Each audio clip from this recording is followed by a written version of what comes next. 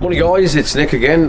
So I just thought I'd give you a quick update on this property. So just to give you a bit of background of this, I think you've probably already seen some videos on this one before, but this is it's a terraced house, a two-story terraced house that we have converted into a 6-bedroom HMO. So house in multiple occupation, ensuite bathroom in all bedrooms. And the reason I'm here today is we've just had the carpets fitted over the weekend and the kitchen, so I'm just here to kind of see how they got on and just to do a bit of snagging. So let's go and have a look inside.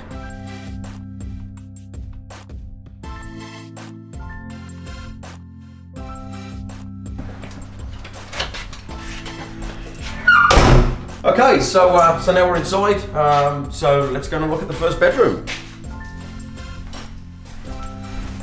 Okay, so here we are, room number 1. So this was originally the living room, and as I said, we've converted every room into a ensuite HMO.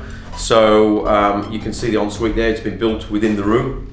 And this here is in every room, a bit of sticky there, but in every room we put a work surface. So on the top you can have kettle, microwave, whatever you want on there, and underneath we always allow for a fridge, so that's why we've got 3 sockets there. So we do that fairly standard in every room. We always allow sockets either side of the bed, and these days we also put USB facilities because everybody wants USB.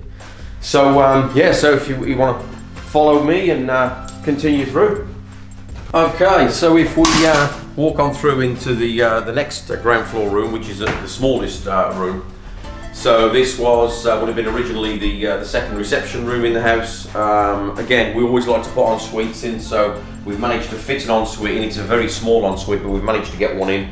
And again, it's a nice size room. The good thing is we've got high ceilings, so although the room's smaller, you do get a sense of height because of the high ceilings. So yeah, again, slightly different layout on this ensuite.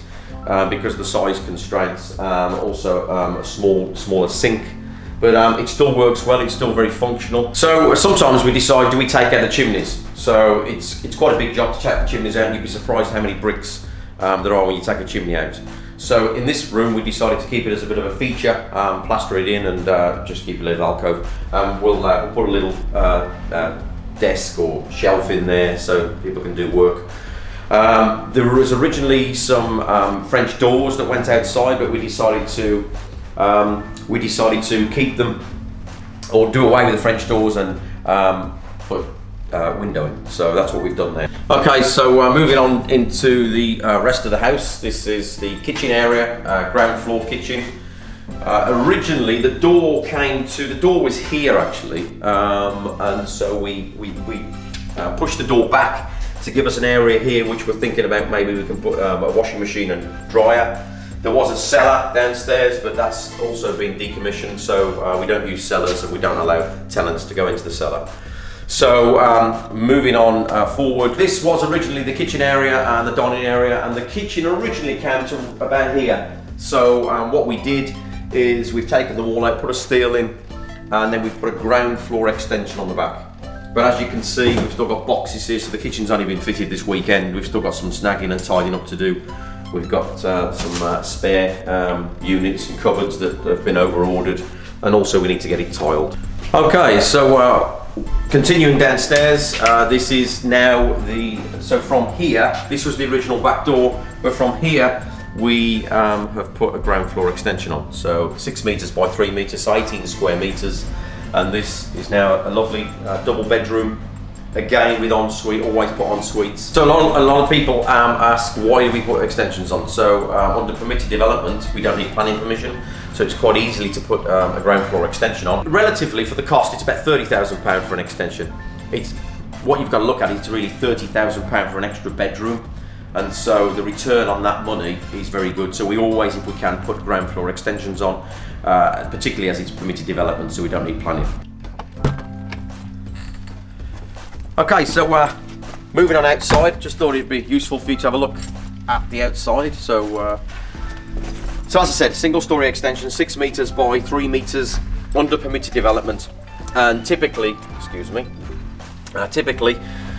what you have is plenty of space in these old buildings, so long gardens, so we've still got plenty of garden left.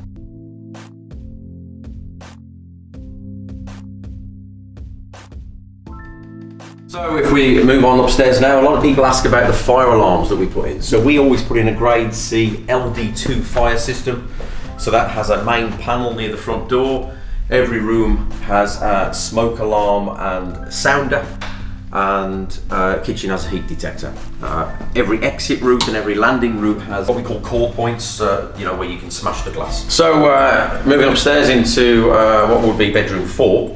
Unfortunately, the lights don't work in here, so it's a little bit dark. But again, standard.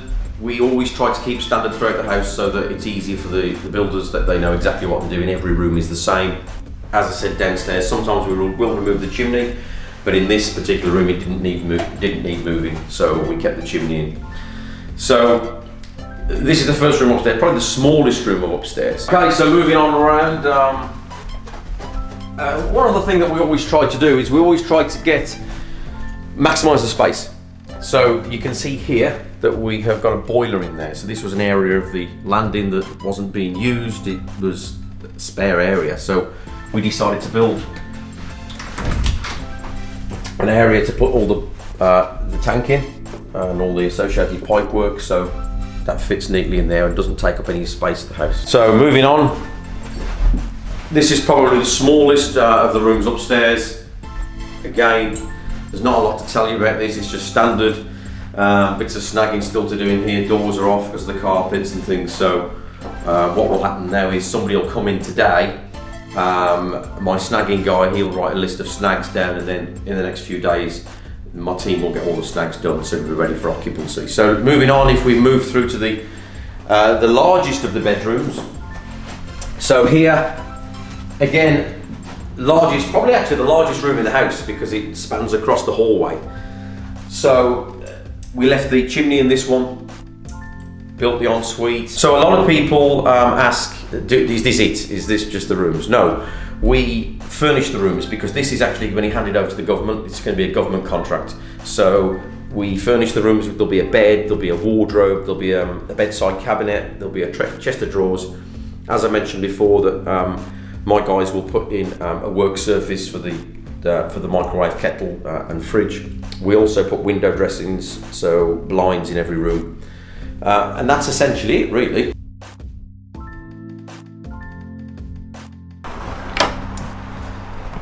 Okay, so there we have it. So what you've seen today is a terraced house that we've converted to a 6-bedroom, fully ensuited HMO that we're going to be handing across to the government. Excuse the phone again. So we covered today briefly the fire alarm system. We didn't cover the emergency lighting, so I'll go through that again in another video with you in the future. So that's all for me today. I just ask that you would like, subscribe and share with your friends, and if there's anything you want me to answer or any help you want, just comment below and I'll see you next time. Thanks guys.